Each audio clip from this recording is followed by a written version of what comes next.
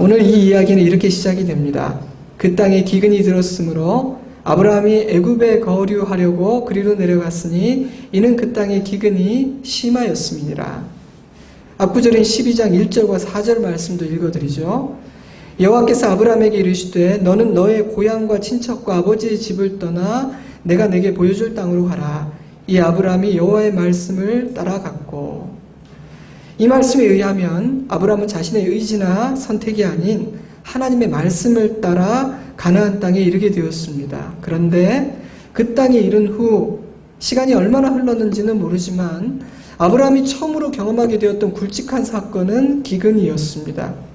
히브리어 라하브는 배고픔, 굶주림을 의미하는 단어이기에 상황은 굉장히 심각했던 것 같아요. 근데 이 사실은 우리를 좀 당황하게 만듭니다. 하나님의 말씀을 쫓아왔으니 모든 일이 잘 풀릴 줄 알았는데 만사 형통은커녕 기근이란요. 하지만 저는 인생 여정 가운데에서 종종 기근을 만나는 것은 뜻밖의 일은 아니라고 생각합니다.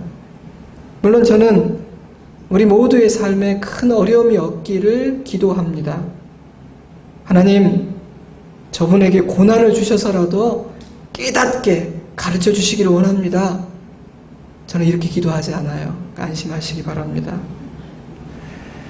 그러나 이 세상은 천국이 아니기에 이 땅의 나그네 삶이란 산 넘어 산일 수밖에 없고, 사단은 우리를 우는 사자처럼 삼키려 하는 기회만 노리고 있기에 우리가 하나님의 자녀라고 해서 이 땅의 모든 고난과 위험으로부터 면제받을 수는 없습니다. 내가 사망의 음침한 골짜기로 다닐지라도 해를 두려워하지 않을 것은 주께서 나와 함께 하심이라. 하나님은 우리가 사막의 음침한 골짜기로 다닐지라도 함께 해주시겠다고 말씀하셨지, 사막의 음침한 골짜기로 다닐 일이 절대로 없을 것이라고 약속하신 적은 없습니다. 때문에 때로 우리의 삶에 기근이 찾아왔다는 사실이 언제나 우리가 죄를 범해서 벌을 받고 있다거나 하나님이 우리를 버리셨다는 증거는 아닌 것이죠. 세상이 악하고 인간이 악하며 마귀가 존재하기에 우리는 종종 기근을 만나게 되는 것입니다. 어쩌면 이렇게 생각하시는 분이 있을지도 모르겠습니다. 목사님, 그러면 뭐하러 하나님을 믿습니까? 신앙을 가져도 고난을 피할 수 없고 기근도 만나게 된다면 왜 하나님을 의지해야 합니까? 하지만 저는 하나님 안에서 고난을 당하는 것과 하나님 밖에서 기근을 만나는 것이 얼마나 다른지 알고 계시냐고 반문하고 싶습니다.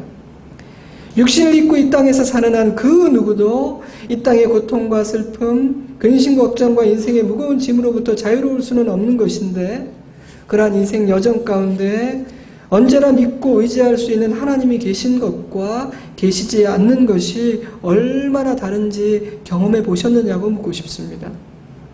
저는 많은 고난을 경험해 보았습니다. 여기가 끝이구나, 여기가 벼랑 끝이야 라고 생각했던 적도 여러 번 있었죠. 그러나 그런 순간을 통해 저는 저에게 하늘 아버지가 계시고 제가 그 아버지께 기도할 수 있다는 사실이 얼마나 위대한 일인지를 깨닫게 되었습니다. 사망의 음침한 골짜기를 걸을 때라도 아버지께서 나와 함께 해주신다는 그 약속이 얼마나 놀랍고 복된 약속인지를 체험했습니다. 그래서 저는요, 고난과 기근을 통해서 하나님을 원망하고 하나님과 멀어진 것이 아니라 오히려 더 가까워졌고 저에게 하나님이 얼마나 귀하고 고마운 분이신지를 확신하게 되었습니다. 사랑하는 성도 여러분, 고난과 기근을 피할 수 있는 사람은 없습니다. 때문에 누구와 함께 그 시간을 통과하는지는 너무나 중요한 문제죠. 그런데 이 기근이라는 것은 우리의 삶에 많은 일을 일으킵니다. 왜냐하면 기근은 언제나 우리의 반응과 선택을 요구하며 우리의 선택과 반응은 여러 가지 결과물들을 남기게 되기 때문이죠. 물론 기근이 지나간 뒤 우리 삶에 남게 되는 흔적은 그 결과물들은 긍정적인 것일 수도 있고 부정적인 것일 수도 있습니다. 어떤 사람은요, 기근을 통해서 아주 완전히 망하는 사람도 있습니다. 하지만 어떤 사람은 기근을 통해 새로운 기회를 갖기도 합니다. 때로 기근은 우리 삶에서 불필요한 것들을 제거해버리고 정말 필요한 것들만 남기는 그런 역할을 하기도 하더라고요. 저 역시 인생의 기근들을 통해 깨지고 빚어지는 경험을 했기에 저는 우리의 인생에서 기근을 만나는 그 순간은 참으로 중요한 순간이라고 생각합니다. 완전히 망할 수도 있고 새롭게 도약할 수도 있는 중요한 순간인 것이죠. 그렇다면 기근을 만난 아브라함의 선택은 무엇이었습니까? 그는 애굽으로 내려갔습니다. 일반적으로 불신앙의 행동이라고 평가되는 것 같아요.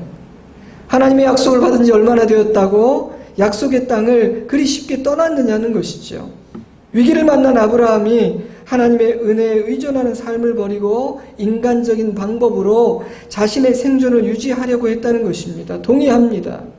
하나님의 지시로 가게 된 그 약속의 땅을 너무 쉽게, 조그만 어려움이 생겼다고 너무 쉽게 떠나버리면 안 되는 것이죠.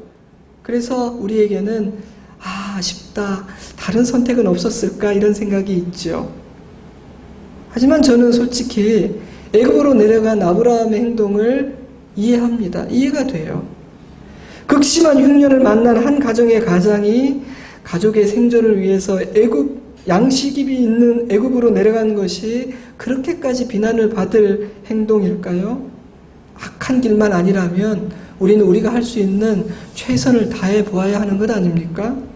게다가 아브라함은 그저 양식이 있는 곳을 찾아갔을 뿐 하나님을 버렸다거나 우상을 숭배한 것도 아니지 않습니까?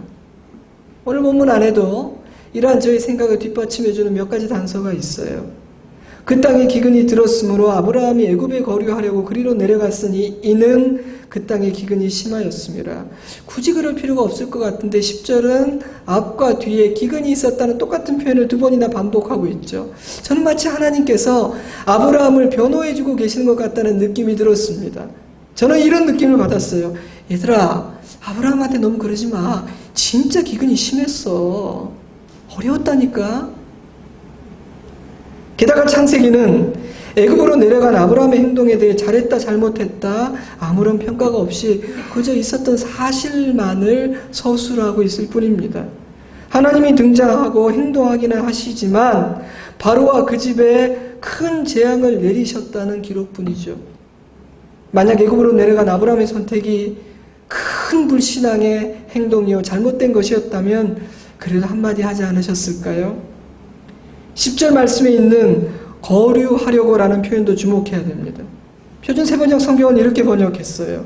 그 땅에 기근이 들었다. 그 기근이 너무 심해서 아브라함은 이집트에서 얼마 동안 몸부쳐 살려고 그리로 내려갔다. 히브리어 구르는 손님으로서 잠깐 거주한다는 뜻입니다.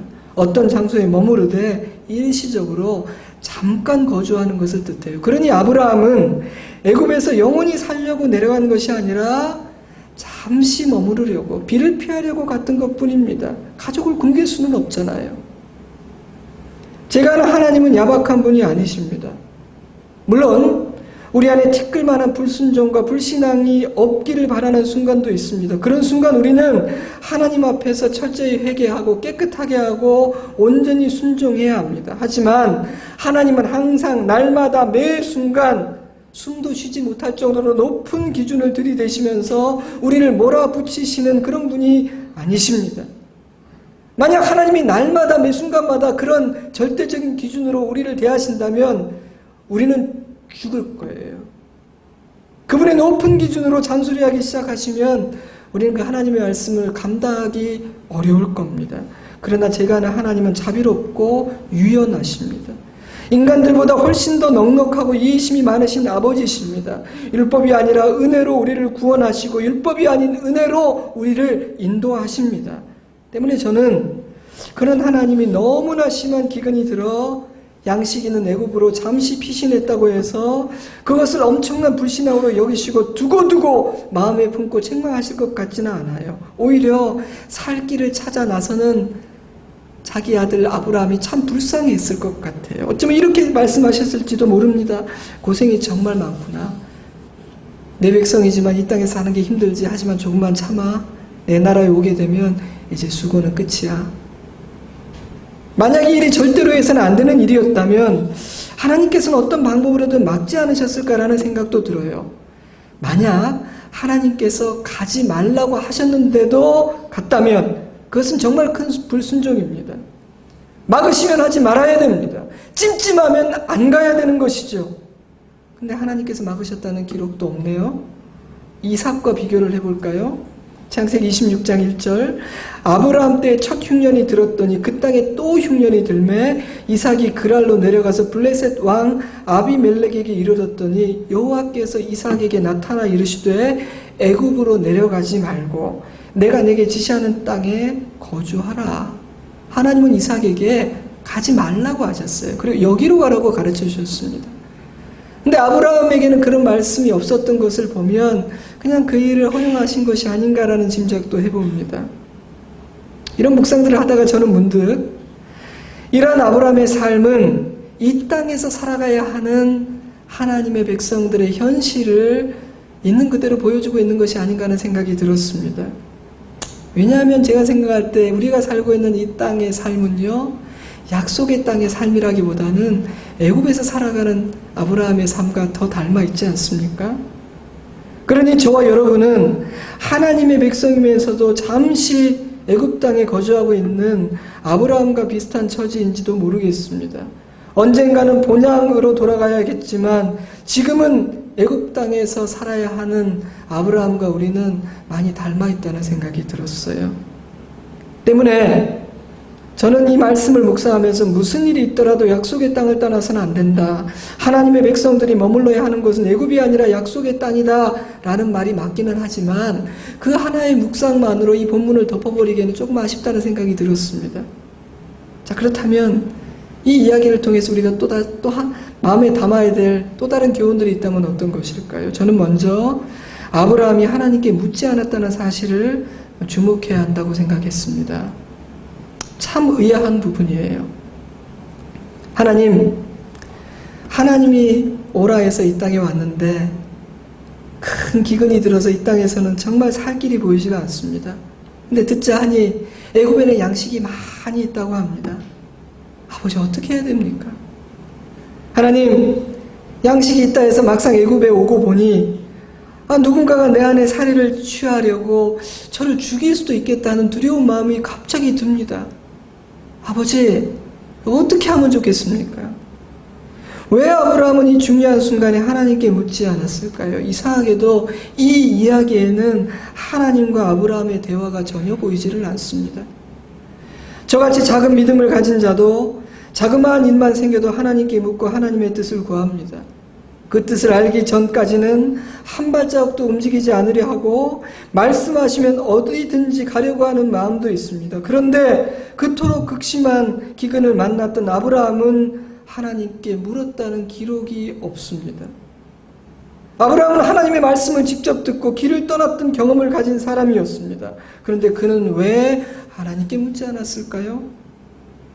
만약 그가 물었다면 하나님은 반드시 대답하셨을 거예요. 그래, 잠시 피해 있거라. 또는 아니야, 나를 믿고 절대 가지 마라 하셨겠죠. 그러나 하나님께 묻지 않았던 아브라함은 확신이 없이 애굽으로 갔던 것 같아요. 무슨 말이냐 하면 자기의 선택이 이게 바른 건지 아닌 건지 긴가민가 하면서 길을 떠났다는 겁니다. 어떻게 하냐고요? 12장 11절 그가 애굽에 가까이 이르렀을 때 그의 아내 사라에게 말하되 내가 알기에 그대는 아리따운 여인이라 애굽 사람이 그대를 볼 때 이르기를 이는 나의 아내라 하여 나는 죽이고 그대는 살리리니 죽지 않으려고 떠났던 여정인데 애굽이 가까이 올수록 죽음이 두려워졌습니다. 살려고 갔던 여정인데 그곳으로 다가가자 그에게는 죽음의 공포가 찾아왔던 것이죠. 내 아내 사례는 진짜 아름다운 여인이야. 애굽 사람들이 나를 죽이고 이 아름다운 아내를 취하려고 하면 어떡하지? 애굽에 도착한 후에 일어났던 일들을 보면 사례는 진짜 아름다웠던 것 같아요. 참 저는 사진이 남아있지 않은 게 좀 궁금한데요. 그러니 아브라함의 걱정은 쓸데없는 기우가 아니었죠? 하지만 여러분, 자기 아내가 그토록 아름답다는 사실을 애굽을 떠나기 전에는 몰랐을까요? 원래는 안 그랬는데 애굽을 가는 여정의 성령의 역사로 아름다워진 것입니까? 영적 성령 수술이 된 건가요? 그런데 왜 애굽이 가까워지자 그제서야 두려움이 찾아온 걸까요? 저는 하나님께 묻지 않고 가서 그렇다고 생각해요. 하나님께 묻지 않았기 때문에 확신이 없는 여정이었습니다. 그리고 확신이 없으면요, 두려움이 찾아와요. 만약 하나님의 허락을 받고 갔다면 겁나지 않았을 거예요. 하나님의 말씀을 들은 사람은 그 마음이 단순해지고 평안해지고 담대해지니까요. 하나님의 말씀을 들은 사람은 가진 것이 부족하고 여러 가지가 갖추어지지 않았어도 평안 가운데 용기를 내어서 여정을 걸어갑니다. 그러나 하나님께 답을 얻지 못한 사람들, 묻지 않고 대화하지 않은 사람들은요, 그 사람보다 훨씬 많은 것을 갖추고 있음에도 늘 두려움과 염려 가운데 살아가죠. 확신이 없는 여정에는 언제나 두려움이라는 불청객이 찾아오는 것입니다. 사랑하는 성도 여러분, 여러분의 인생의 기근을 만났을 때 하나님께 묻는 것이 얼마나 중요하다고 생각하십니까? 매일매일의 삶에서 하나님께 묻고 뜻을 구하는 것, 기도하는 것이 얼마나 중요하다고 생각하십니까? 이것은 우리의 몸에 배인 습관이 되어야 합니다. 하나님께 묻는 것, 기도하는 것은 저절로 이루어지는 일이 되어야 합니다. 그러면 기근이 닥쳐왔을 때는 당연히 반사적으로 먼저 하나님께 묻게 됩니다. 우리는 어떻습니까? 우리는 이러한 습관이 몸에 배어 있습니까? 어떤 상황이든 먼저 하나님께 묻나요? 가나안 땅을 정복하기 위해 치른 첫 번째 전쟁인 여리고 전투와 두 번째 전쟁인 아이 전투의 결정적인 차이는 하나님의 말씀이 있었는가 없었는가였습니다. 칼을 갈고 전략을 세우기 전에 먼저 하나님의 말씀을 듣고 그 뜻을 따라 치루었던 첫 번째 전쟁은 대승으로 마무리되었죠. 그러나 하나님의 말씀이 없이 사람의 정탐과 전략만으로 치루어진 아이성 전투의 결과는 엄청난 패배였습니다. 아마도 여리고 성에 비해 아이성은 너무 작고 만만해 보여서 이 정도는 하나님을 번거롭게 하지 말고 우리 힘으로 할 수 있겠다고 생각했기 때문이겠죠. 그러나 여러분, 승리와 패배는 적이 얼마나 세냐에 달려있지 않았습니다. 사실 이미 그들은 첫 번째 전쟁을 통해서 그것을 깨달았죠. 그렇구나, 여리고성은 가장 강력한 난공불락의 성인 것처럼 보였는데 여호와의 말씀을 따라 말도 안 되는 방법으로 순종했더니 우리가 이길 수 있구나. 이 사실은 똑같은 아이성을 상대로 했던 두 번의 전쟁의 결과가 달랐다는 사실로 더 선명하게 드러납니다. 여호수아 8장 1절, 여호와께서 여호수아에게 이르되 두려워하지 말라, 놀라지 말라, 군사를 다 거느리고 일어나 아이로 올라가라. 보라, 내가 아이 왕과 그의 백성과 그의 성읍과 그의 땅을 다 내 손에 넘겨주었으니. 같은 성과의 두 번의 전투, 그리고 너무나 달랐던 두 번의 결과, 그 이유는 무엇입니까? 전략이 바뀌었기 때문입니까? 무기가 달라졌기 때문인가요? 아니요. 차이는 하나밖에 없습니다. 하나님의 말씀이 그들 가운데 임하였는가? 그들이 하나님의 말씀을 따라 전투에 임하였는가? 그거밖에 없었어요. 사랑하는 성도 여러분, 큰 후회를 하지 않으려면 큰 일이든 작은 일이든 하나님께 물어야 합니다. 기근을 만났다면 더욱 하나님께 물어야 합니다. 그러니 큰 것이든 작은 것이든 어떤 결정을 내리기 전에 먼저 기도하십시오. 약속의 땅을 벗어나 잠시 애굽으로 가야 한다면 더 기도해야 합니다. 때로는 답을 얻기까지 시간이 많이 걸릴지도 몰라요. 그러나 아무리 시간이 걸린다 할지라도 답을 주지 않으신다면, 내 마음에 어떤 움직임이 없고 확신이 들지 않고 찜찜함이 남아있다면 서둘러서는 안 됩니다. 저는 우리가 물을 때 하나님은 반드시 대답해 주신다고 확신합니다. 그래, 애굽에 가라, 잠깐 거기 있어라, 말씀하실 수도 있다고 저는 생각해요.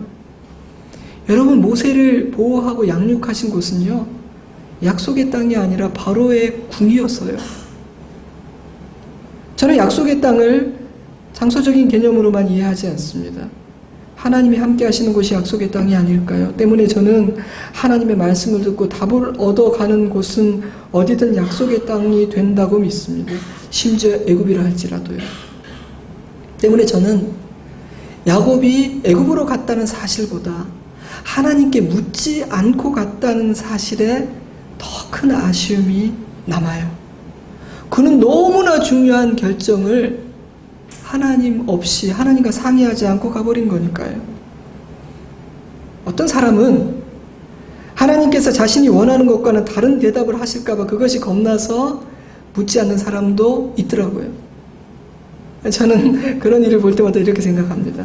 아, 하나님이 다른 대답 하실까봐 난 안 물어야지 하는 분은 어찌 보면 답을 알고 있는 거예요. 하나님 뭘 원하신지를 알고 있는데 이제 의도적으로 피하는 거죠. 아, 이거 괜히 물었다가 안 들어야지. 그러나 그것은 정말 어리석고 위험한 생각입니다.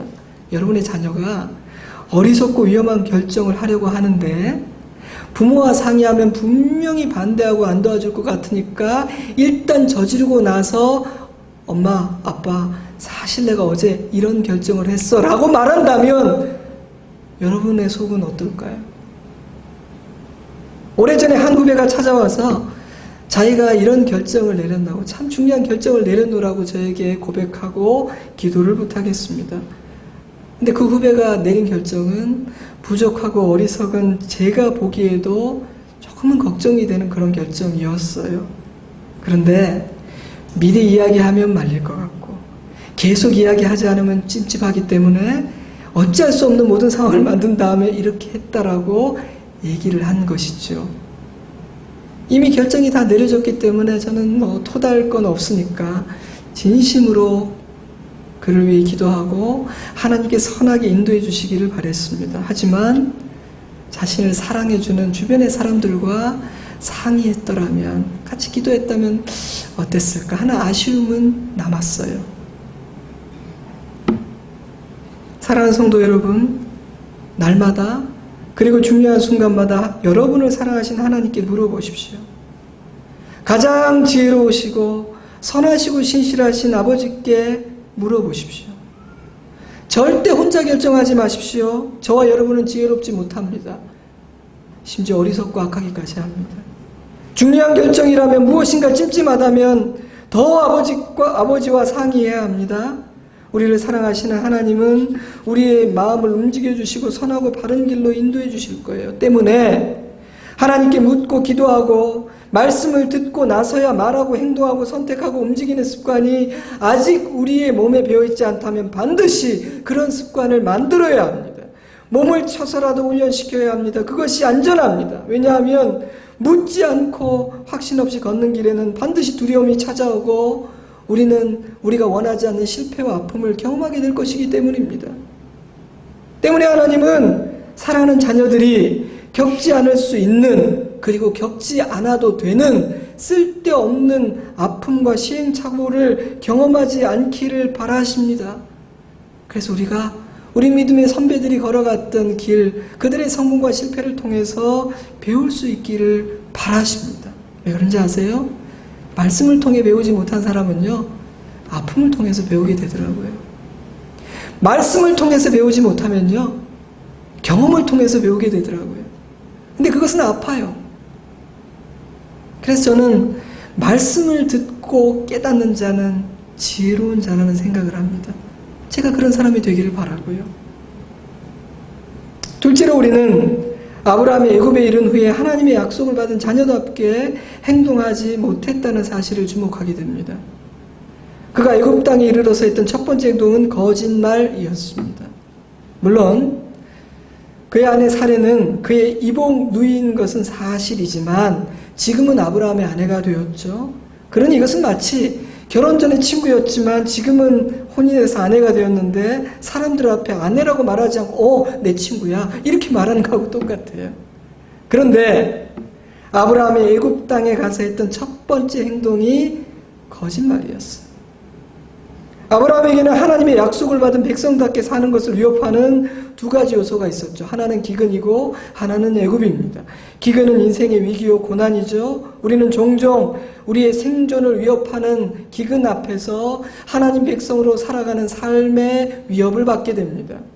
애굽은 세속화된 세상을 상징하죠. 세상의 타락한 문화는 우리가 하나님의 백성답게 사는 것을 위협합니다.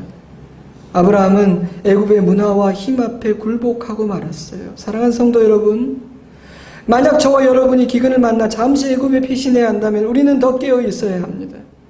만약 지금 내가 머물고 있는 곳이 애굽이라고 느껴지신다면 영적으로 단단히 무장해야만 합니다. 하지만 무장되지 못했던 아브라함은 거짓말이라는 인간적인 방법, 애굽의 방법으로 자신을 지키려 하게 되죠. 여러분, 애굽은요 절대로 만만한 곳이 아닙니다. 그곳은 양식은 있지만 또 다른 위협이 있는 곳입니다.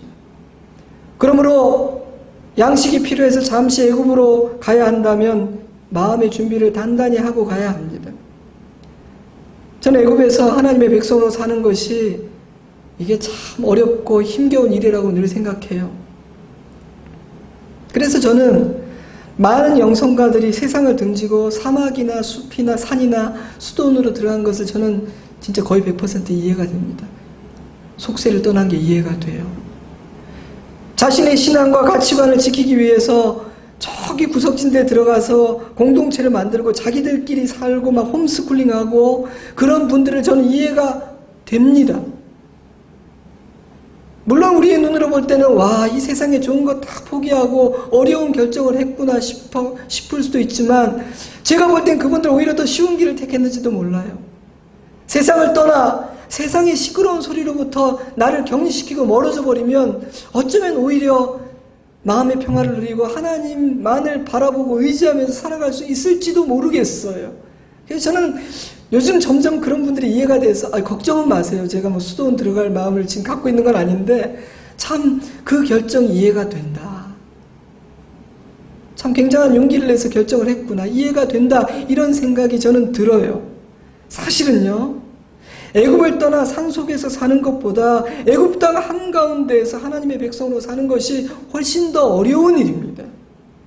그러니 수도원으로 들어가지 않은 저와 여러분, 세상 한가운데에서 하나님의 백성으로 살아보겠다고 결심한 저와 여러분은 아주 어려운 선택을 한 거예요. 저는 이 땅에서의 우리의 삶은 애굽으로 피신한 아브라함의 삶과 비슷하다고 생각합니다. 물론 하나님과 동행하고 말씀과 기도로 무장함으로 이 땅에서도 천국의 삶을 누릴 수도 있지요. 그러나 이곳은 천국이 아니고 우리의 본향이 아니기에 나그네로 살아가는 우리들의 삶은 고단하고 힘겹습니다. 많은 유혹과 고난에 직면하게 됩니다. 그렇다면 그 세속화된 땅, 애굽 땅에서 하나님의 백성으로 살아가는 우리들은 어떻게 우리의 정체성을 지킬 수 있을까요? 성경은 하나님의 약속을 기억하라, 하나님의 말씀을 단단하게 붙들어라 라고 권면합니다. 창세기 12장 2절 이하에는 하나님께서 아브라함에게 주신 약속이 기록되어 있죠. 내가 너로 큰 민족을 이루고 내게 복을 주어 내 이름을 창대하게 하리니 너는 복이 될지라. 너를 축복하는 자에게는 내가 복을 내리고 너를 저주하는 자에게는 내가 저주하리니 땅의 모든 족속이 너로 말미암아 복을 얻을 것이라 하신지라. 이 약속을 붙들지 못했던 아브라함은 하나님의 백성답지 못한 행동을 하게 되고 그의 행동은 하나님의 약속을 위험에 빠뜨리게 됩니다. 하나님은 아브라함에게 큰 민족을 이루고 창대케 하시겠다고 약속하셨는데 그 일을 이룰 자신의 자식을 낳아줄 아내를 위험에 빠뜨리면 하나님의 약속은 어떻게 되는 겁니까? 바로의 아내가 되어버리면 하나님의 약속이 어떻게 되는 겁니까? 그러므로 아브라함은 지금 단순한 거짓말이 아니라 하나님의 약속을 위험에 빠뜨리는 엄청난 짓을 하고 있었던 것이죠.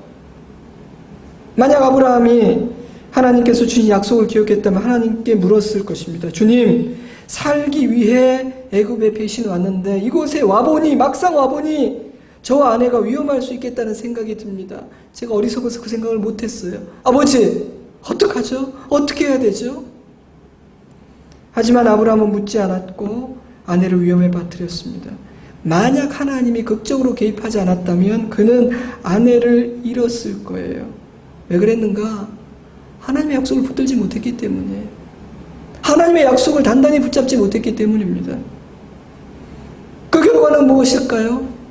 회초리, 투옥, 큰 대가 치르는 거 이런 거 돼야 될 것 같지 않으세요? 근데 놀랍게도요, 이 이야기의 결론은 우리가 예상하는 거하고 완전히 달라요. 12장 17절 여호와께서 아브라함의 아내 사레의 일로 인하여 바로와 그 집에 큰 재앙을 내리신지라. 바로가 사람들에게 그의 일을 명하매 그들이 그와 함께 그의 아내와 그의 모든 소유를 보내었더라.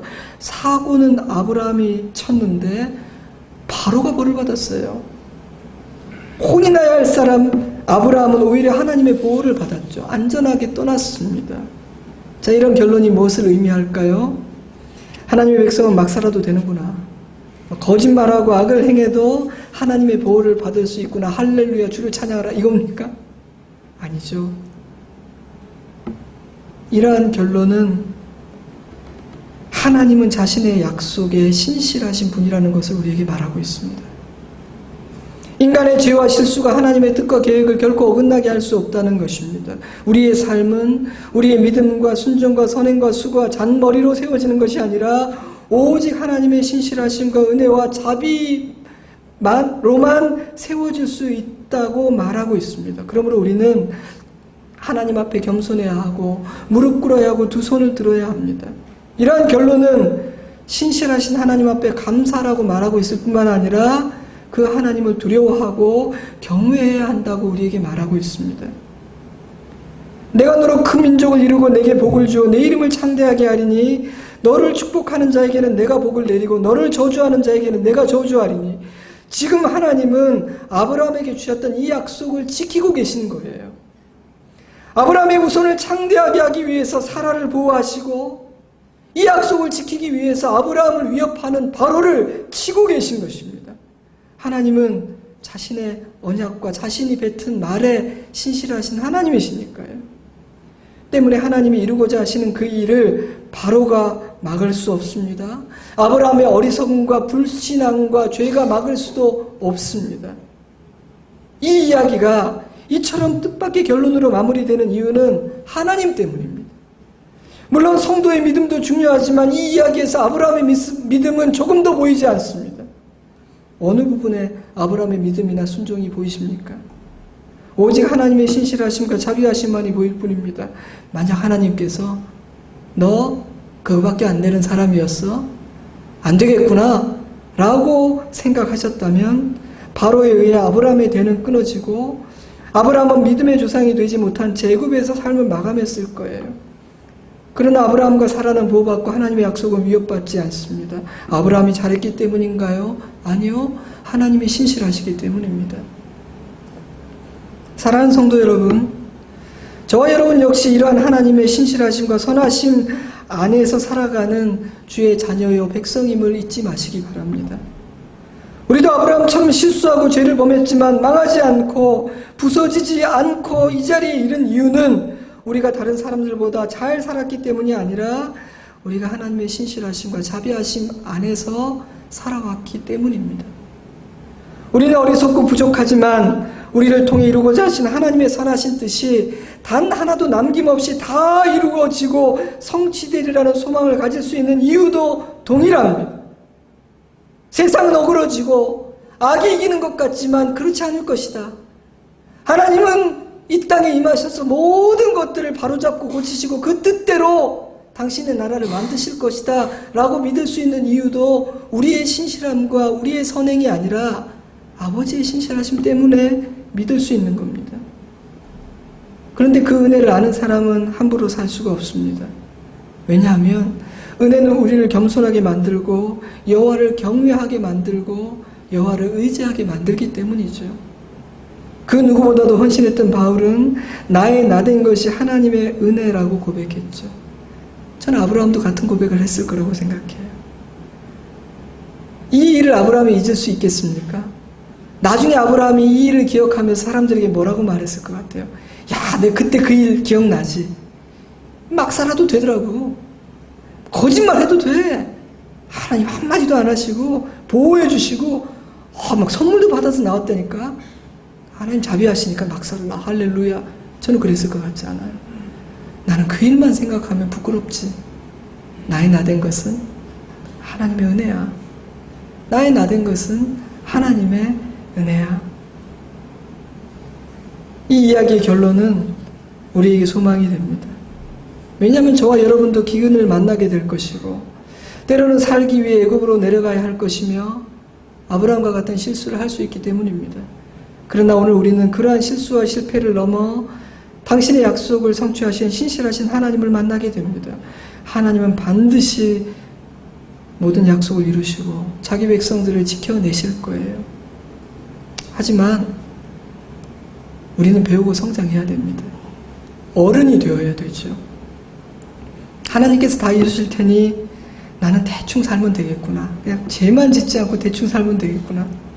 순종, 헌신, 믿음 그런 거 몰라도 되겠구나라고 생각하지 마세요. 우리는 자라야 됩니다. 어른이 돼야 돼요. 아브라함은 이 경험을 통해서 무엇인가를 배운 것처럼 보여요. 이 사건이 이어지는 13장을 볼까요? 아브라함이 롯에게 이르되 우리는 한 친족이라 나나 너나 내 목자나 내 목자나 서로 다투게 하지 말자. 내 앞에 온 땅이 있지 아니하냐. 나를 떠나가라. 내가 좌하면 나는 우하고 내가 우하면 나는 좌하리라. 아브라함이 달라진 것 같지 않습니까? 그는 자랐습니다. 그는 이제야 믿음의 조상 어른답게 되었습니다. 하지만 저에게 더 인상적인 것은 이러한 아브라함의 성장이 아니라 이 장면에 나타나 말씀하신 하나님입니다. 애굽에 내려간 아브라함이 실수했을 때 침묵하셨던 하나님이 아브라함이 순종하자 짠 하고 나타나셨어요. 롯이 아브라함을 떠난 후에 여호와께서 아브라함에게 이르시되 너는 눈을 들어 너 있는 곳에서 북쪽과 남쪽 그리고 동쪽과 서쪽을 바라보라. 보이는 땅을 내가 너와 네 자손에게 주리니 영원히 이르리라. 애굽에서 거짓말하고 실수할 때 묵묵히 아브라함을 지켜주기만 하셨던 하나님은 순종하는 아브라함에게 나타나서 축복을, 그 약속을 재확인시켜 주셨습니다. 저는 이 하나님이 얼마나 멋진 하나님인지 모르겠어요. 인간은 잘못된 것을 지적하기에 바쁘고 잔소리하기에 더 바쁘죠. 자기도 죄인이고 부족하면서 남을 평가하고 비판하는 일에 훨씬 더 빠르고 분주합니다. 하지만 하나님은 우리가 실수했을 때는 오히려 말이 많지 않고 기다려주고 안아줄 때가 더 많으신 것 같아요.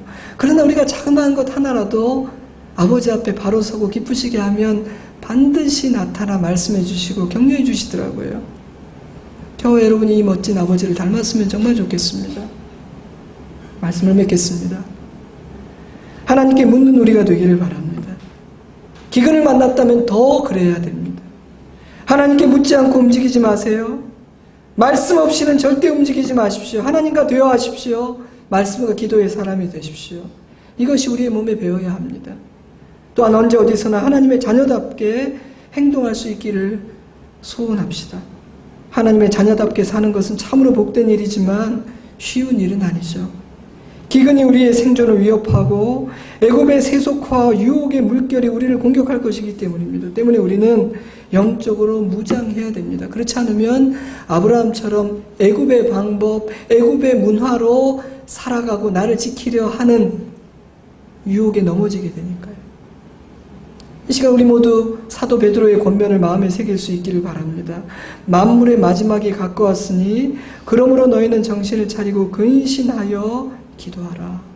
마지막으로 하나님의 신실하심과 은혜는 우리의 죄와 실수와는 비교할 수 없을 만큼 크고 강하다는 사실을 마음에 새겨두십시오. 아브라함이 실수해도 바로가 개입해도 하나님의 계획을 막을 수는 없습니다. 인간의 실패와 사단의 거센 공격과 세상의 악이 하나님의 계획을 수포로 돌아가게 할 수가 없는 것입니다. 그러므로 하나님의 모든 뜻은 지금 우리가 보기에는 어떠하다 할지라도 반드시 이루어집니다. 그것을 믿고 여러분이 어떤 길을 걸어갈지를 선택하십시오. 하나님의 뜻이 이루어진다는 것을 믿고 여러분이 어떤 삶을 살 것인지를 결정하십시오. 하나님의 모든 뜻은 이루어집니다. 인간이, 세상이 하나님을 대적하지 못합니다. 그 하나님을 의지합시다. 그 하나님을 두려워합시다. 그리고 그 하나님을 함께 노래합시다.